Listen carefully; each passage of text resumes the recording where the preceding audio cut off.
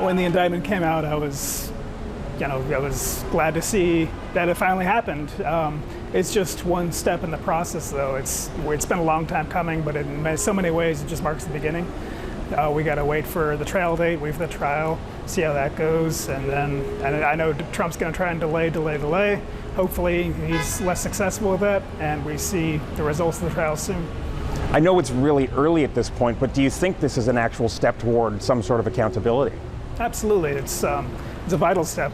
Without it, then the justice system would never have its chance to try and make the case for these allegations. And we need to have this play out in court. Otherwise, it's just going to encourage future would-be despots to try their luck. Well, the claims he was making were completely outlandish and had no evidence to back them up. I think almost all of them failed in court. So there's nothing surprising about it. It's good to see it all on paper and in an indictment form. There's obviously nothing, even if he is convicted, to stop him from running again, winning again, becoming president again. What would you think if that were to happen again? Well, there is something to stop him, actually. The Section 3 of the 14th Amendment, it makes it so that people who swore an oath to defend the Constitution and participated in insurrection against it are eliminated from being candidates or able to hold public office. And I'm hoping that the court system will recognize that and make it so that he can no longer run for office.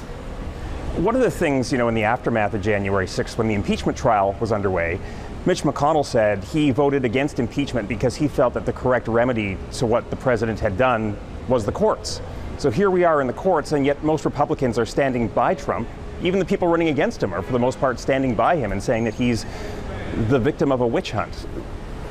Yeah, it's sad. It's very speaks to how afraid these politicians are of their own voting bloc, how popular Donald Trump, unfortunately, is still with so many of the Republican Party.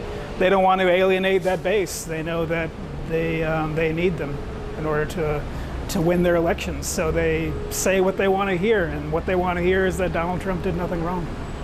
Having gone through what you did on January 6th and seeing where we are now, that there really has been no reckoning, that political movement still exists as it did, what's your biggest worry about the future?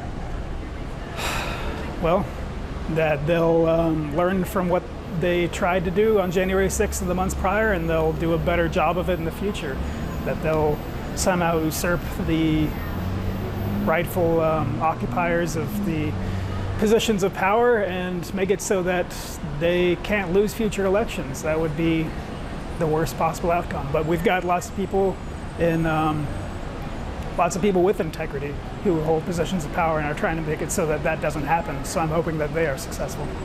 And one of the specifics in the indictment is this allegation, I guess, that one of the unnamed co-conspirators essentially responded to the White House counsel about the risk of riots if Trump were to succeed in this plot, and saying that's what the Insurrection Act is there for. What does that make you think? Does that make you think that there was even more plotted than perhaps you saw and experienced on January 6th? Absolutely. It's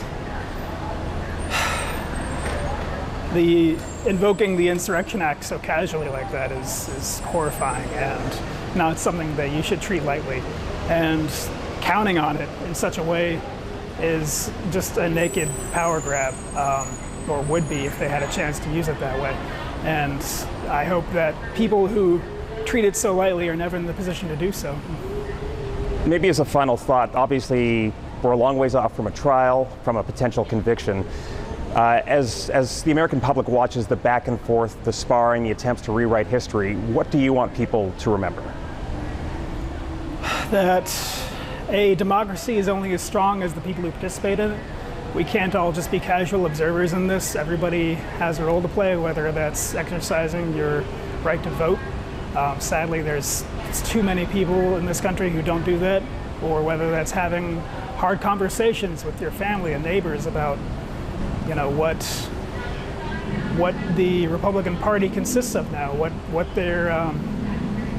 they do, because they don't really have a consistent ideology anymore. It's just about fear-mongering and hatred of liberal concepts and whatever reactionary feelings they can get from their base to make them vote. It's not conducive to a functioning democracy, and that's really the saddest part. So I want everyone to take away that we all got to do our part,